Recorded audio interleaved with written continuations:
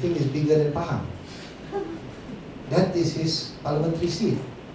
Now I can understand his antics, but if I were him, I'd be more angry because I have a seat that is bigger than a state.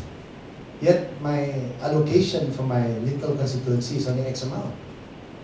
On the other hand, Penampang, where I represent, is also as big as probably some of the parliamentary seats, bigger than 2 or 3 parliamentary seats in Peninsula, in combination. So I don't get any funds at all because I'm in the opposition.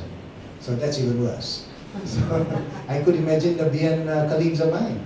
They only get probably social funding of up to 3.5 to 5 million, probably, I'm guessing, because they don't tell me. But it could be around the region of 5 million, and they represent a constituency that is so big and so huge. So these are the things that Sabahans are asking for. Even on the way our histories are represented in papers, in the schools. Even our, at the level of our participation in terms of shaping up the nation. Banks today are centralized. We used to have so many banks in Sabah, especially Sarawakian banks. Hokwa Bank, this and that bank. They were wealthy, the Sarawakians, and they still are. Sabahans had a few banks, probably 2 or 3 licensed banks. All these were diminished away and became centralized through big banks today. I'm not going to mention the banks because I might get sued and they're my clients. We still have to live as a lawyer. So no, but every single decision when it comes to a housing loan is decided in Central Peninsula. The officer who decides in Central Peninsula has never been to Sabah. The only visit he's ever done to Sabah is probably on a holiday, when he's treated by his branch and official visit to his branches all over Sabah. So, why are Sabahans not given the opportunity to run their banks? Why are we not funding these Sabahans through the collection of revenues that are kept by the federal government?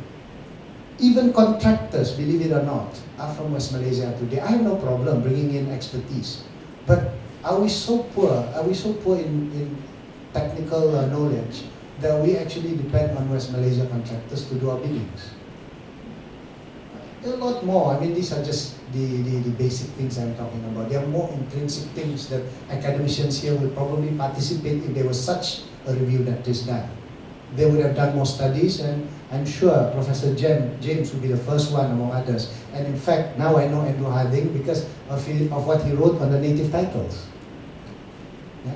So these are the things that the review of the Malaysian agreement should seek for, among others. Thank you. I shouldn't have asked that question. Well, I'm quite surprised that Honorable Darell Leiking said Sabah, Sarawak banyak bank di Sabah. So because we must do something better than Sabah. They have taken us a number of productivity. We got to do something better. So we put the bank there. Then we have to take over the bank in Sabah. The other thing regarding this, I think the title of this book is appropriate and it should be 50 years of Malaysia, Federalism Revisited. I think that's how it should be. Let us visit it first. After visiting, if we find something not quite correct, let us review.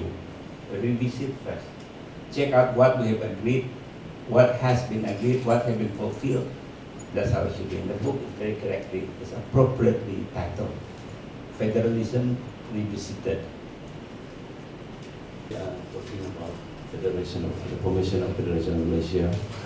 So, with regard of the Federation Agreement, so since Singapore left the Federation, was it any supplement agreement?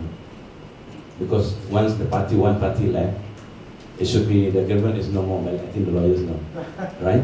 So I want to know whether there is any supplement agreement after the Singapore left the Federation. Really interesting point that you've raised, because obviously if you have something like a partnership and then one partner leaves, that alters the nature of the partnership, and the presence of those 3 entities, Sarawak, Sabah and Singapore, together was really an essential part of the agreement. So the whole nature of the agreement was altered by Singapore's departure, but as has been pointed out, this has not been revisited at any point. So I think you're raising a very important and very interesting question, and it would be great if we had time to go further into those issues, but unhappily we have to draw it to a close at this point. But let me just wrap this up by saying there are a number of people to thank, and let me first of all thank our two speakers, Tan Sri James and Darell, for coming along and giving us a very lively session with different perspectives from Sabah and Sarawak on these issues. I'd like to thank all of you for coming along on this sad day of mourning here in Malaysia. I would like to thank all the people who contributed to the book that we've produced. I would like to thank Sunway University for hosting this event, and I would also like to thank all the people who were involved in organizing it, and I'd like to thank Marshall Cavendish, who did, I think, an almost superhuman job to get this book out so quickly. I've never seen a publisher move as quickly as that. I think we'll be coming back to that because this is a really amazing performance, and you know, they put the book outside there and reduced the price just for today, folks, by 30% for your benefit. So thank you all so very much. I think we've had a wonderful session. And thank you very much, Tan Sri Jeffrey, for your organization hosting this event. Thank you.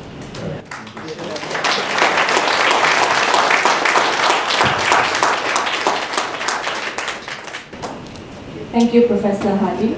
We now move on to the main event, the launching of the book, 50 Years of Malaysia, Federalism Revisited. I would like to invite Professor Wu Beng Tai, President of the Jeffrey Chia Institute, to say a few words before we officially launch the book. Professor Wu. We just heard a very good discussion on federalism by Tan Sri James Massing and YB Darell Leiking. I would like to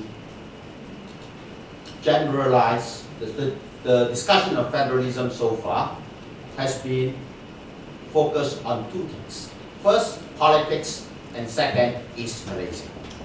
So what I would like to do is to generalize this discussion on federalism to include economics and about the rest of Malaysia in general.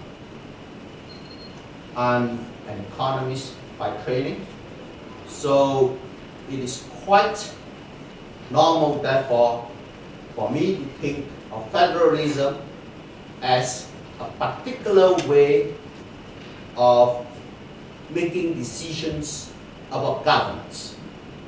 And within decision making about governance, there is a natural division of labor, just as Adam Smith talks about a natural division of labor in production.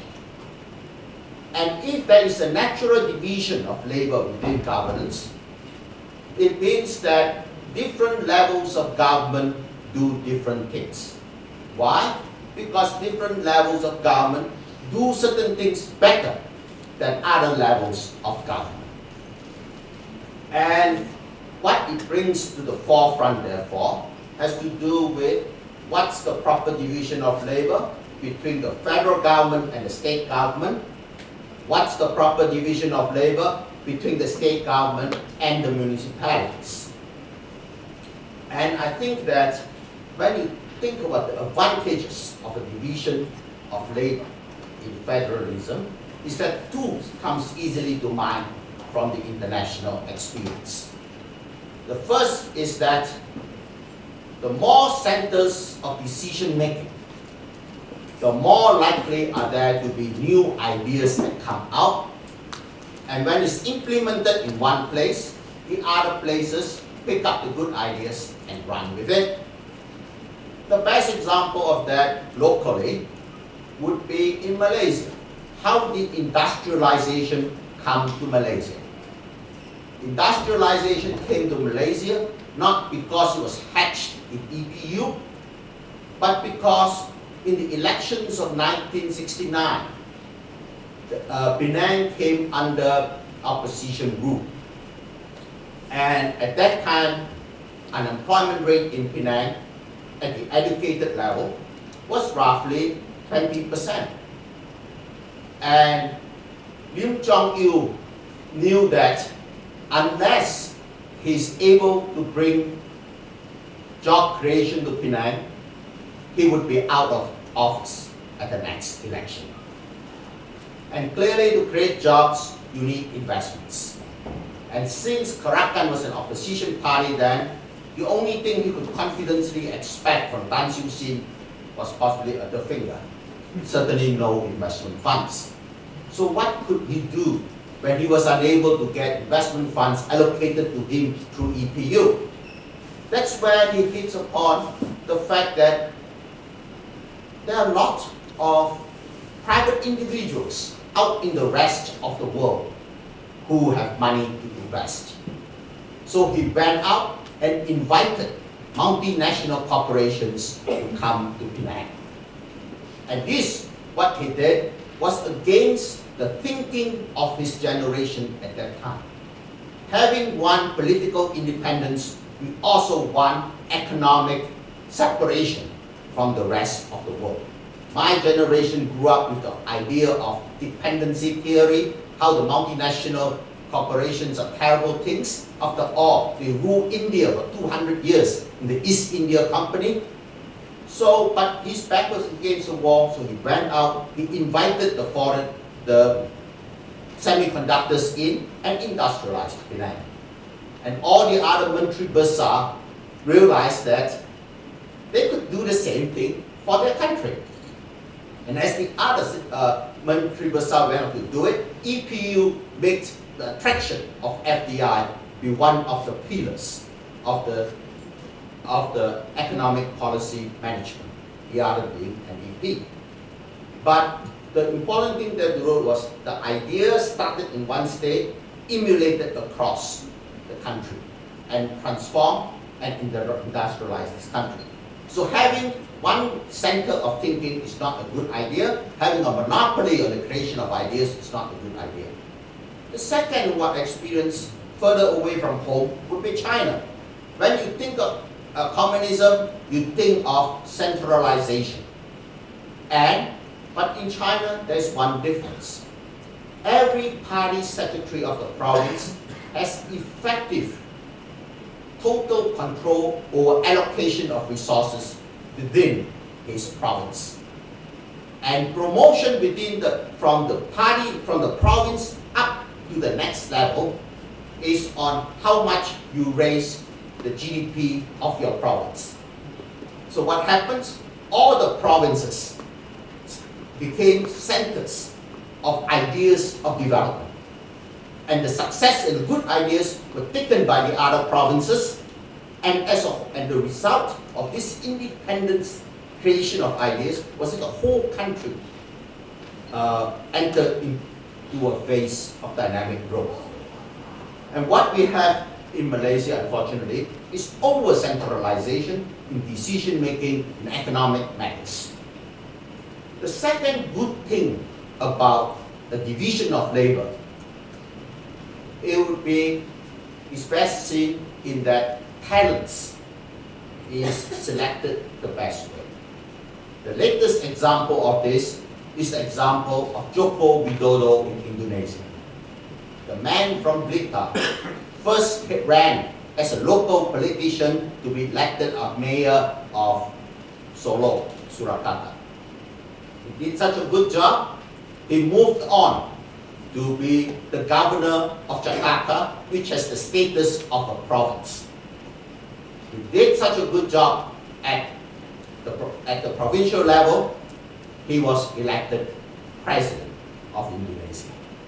So basically, the election that occurs is based on proven ability to govern, to deliver. And when we look at Malaysia, we see that the federalism we have has been compromised, by over-centralization of decision-making in governments. For example, you look at the ability of state government to promote economic development in their states. Who would know local conditions best but the state government?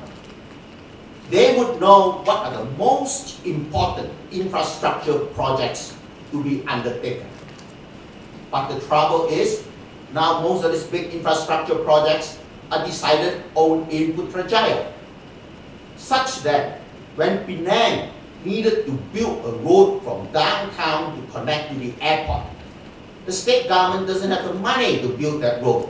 So how does the state government build that road? It's under the Karakan years under Posupun. So this is not under a different regime now. That's why we can understand why the federal governments are giving money. But even at that time, we were not able to get it.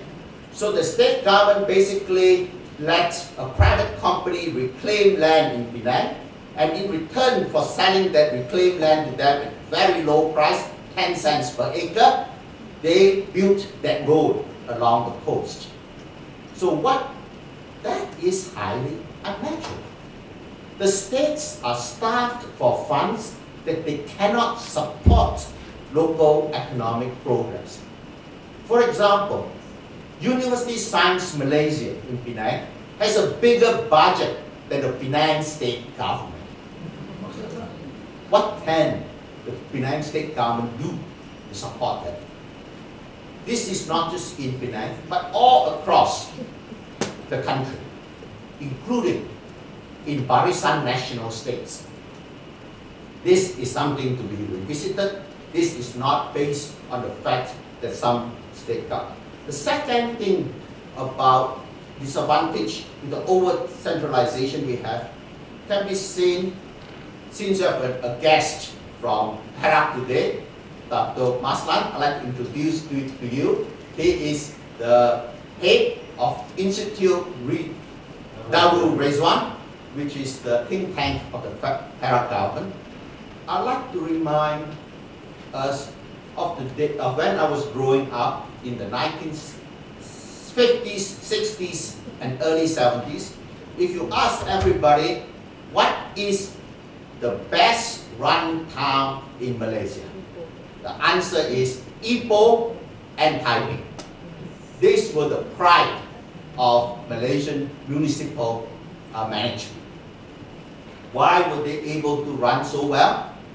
Because the city council was directly elected and they had to perform in order to justify re-election the next time.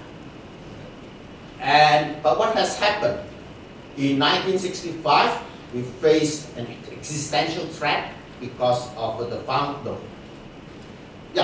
63, sorry. Because the foundation of Malaysia, we had an external threat. So the federal government says, let us not distract ourselves with local elections. So we cancel the local elections and we appoint mayors to all the towns. Well, of course, very soon the external threat disappeared, but the local elections never came back. But what's the consequence of that? The consequence of that is that municipal management deteriorated. And in what ways do I say that? You could see that given the fact that there are no more local elections, who address the problems, the local problems from that point onwards? Malaysia's solution actually has been to let it be handled by the MPs. That is why we create more and more MPs. We look at the rate at which the number of MPs increase in Malaysia with every time the electoral lines are drawn. In 15 years, if you go at the same rate, Malaysia will have more MPs than the Indian Parliament.